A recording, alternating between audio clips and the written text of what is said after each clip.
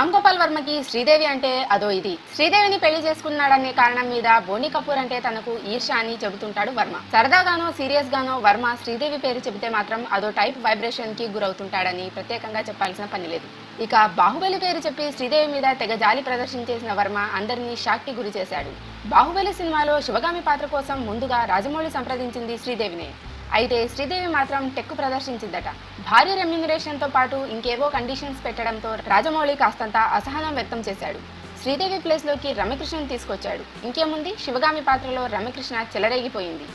బాహుబలి రచయిత విజేంద్ర ప్రసాద్ తనకు సినిమాలో బాగా నచ్చిన పాత్రలో శివగామిది ఫస్ట్ ప్లేస్ అని చెప్పాడంటే సినిమాకి ఆ పాత్ర ఎంత కీలకమో అర్థమవుతుంది. అలాంటి పాత్రను శ్రీదేవి వదులుకోవడం నిజంగానే ఆమెకు పెద్ద లాస్. అదే విషయాన్ని వర్మ చెప్పుకొస్తూ శ్రీదేవి మీద జాలి ప్రదర్శించాడనమాట. సాదాసీదాగా జాలి ప్రదర్శిస్తే ఆయన వర్మ ఎందుకు అవుతాడు? శ్రీదేవి కనుక బాహుబలిలోని శివగామి పాత్ర చేసి ఉంటే ప్రభాస్ కన్నా ఆమెకే ఎక్కువ క్రెడిట్ దక్కేదని సెలవిచ్చాడు. వర్మ కొంచెం అతి అభిమానం ప్రదర్శించాడు ఇక్కడ.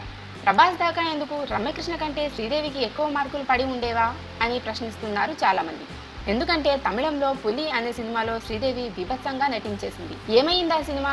ఆ లెక్కన బాహుబలిని శ్రీదేవి వదులుకొని బాహుబలి సినిమాకు చాలా మంచి చేసిందనుకోవాలేమో.